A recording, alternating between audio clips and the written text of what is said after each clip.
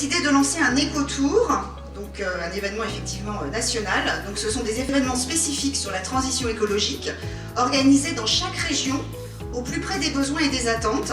On ne peut pas nier que sur les 10 dernières années, 5 dernières années, particulièrement en sortie de Covid, je pense, le sujet est de plus en plus central. C'est indispensable d'avoir une direction déjà qui est consciente des enjeux, qui est informée et qui est formée et qui a compris la nécessité d'agir et aussi les risques à ne pas agir. D'abord, c'est positionner le commerce comme acteur crédible, légitime sur le champ de la transition écologique, dans le prolongement de la 6e mission qui nous a été confiée. On le disait tout à l'heure aussi, hein, nos adhérents n'ont pas tous le réflexe de penser à l'e-commerce ou de nous contacter quand ils ont un projet lié à la transition écologique. L'idée pour nous, c'est d'être vraiment facilitateur pour assurer qu'il y ait un passage à l'action. Oui. Dans notre travail au quotidien, c'est finalement d'aller voir nos clients, d'analyser avec eux leurs besoins et de les aider à trouver des solutions.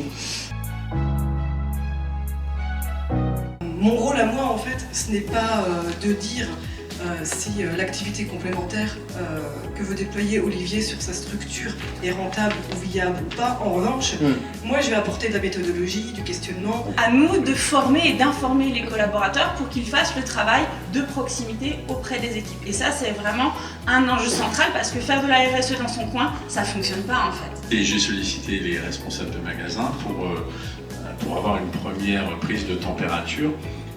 C'était assez sport, puisqu'il n'y a pas une prise de conscience comme on l'a dans cette salle et au regard des sujets évoqués aujourd'hui, et la grande majeure partie, ne voulait pas en entendre parler. Pour moi, mobiliser les équipes, c'est d'abord les informer et expliquer qu'est-ce que le RSE. Et dans un second temps, c'était propager cette sensibilisation et inclure l'ensemble des personnes. Alors, effectivement, c'est difficile de mettre en place un RSE en se faisant accompagner quand on est une toute petite entreprise, mais on peut aussi se faire accompagner pour développer en fait sa marque employeur et être plus attirant pour du public jeune, effectivement, qui sera sensible à la transition écologique. Sur cette question des métiers verts et des métiers verdissants, donc sur le verdissant, on va faire en sorte de faire évoluer en douceur nos formations à travers la sensibilisation de nos formateurs, à travers des modules spécifiques pour que des questions de tri des déchets, d'économie de l'énergie soient intégrées progressivement aux formations.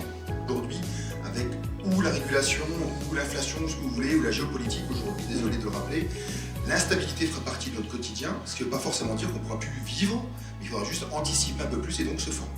Il paraît nécessaire, important et incontournable, j'ai envie de dire, de faire prendre conscience aux uns et aux autres des transformations en cours pour finalement répondre à quelques questions du style comment développer de nouvelles compétences pour rester employable sur un secteur qui est en transformation.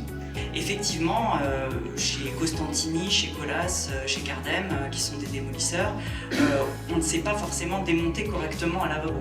Si on sait poser un évier, on sait le déposer correctement, donc on se doute qu'il y a des compétences qui sont transférables. Et effectivement, dans le cadre des incubateurs, on espère que demain, on va pouvoir créer ce genre de certification. Déjà, la première chose, c'est communiquer. Ça, on en a déjà parlé aussi. C'est très important, tout simplement, de dire ce qu'on fait. Voilà. Oui. Après, c'est quelque part, c'est plutôt de la sensibilisation. La sensibilisation qui passe vraiment par des actions un peu plus concrètes, de type les cafés RSE qu'on a tous les mois, par exemple, et qui permettent en fait aux collaborateurs d'assister, de venir, de poser leurs questions. Ça évite d'être simplement dans de l'information descendante et de créer quelque chose de beaucoup plus collaboratif et participatif. Dans tout ça, en fait, c'est une affaire d'humain.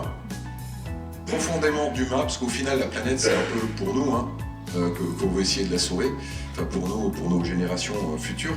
Et là, c'est là où on se retrouve à relever ce défi tous ensemble, et tous ensemble ici avec tous les partenaires.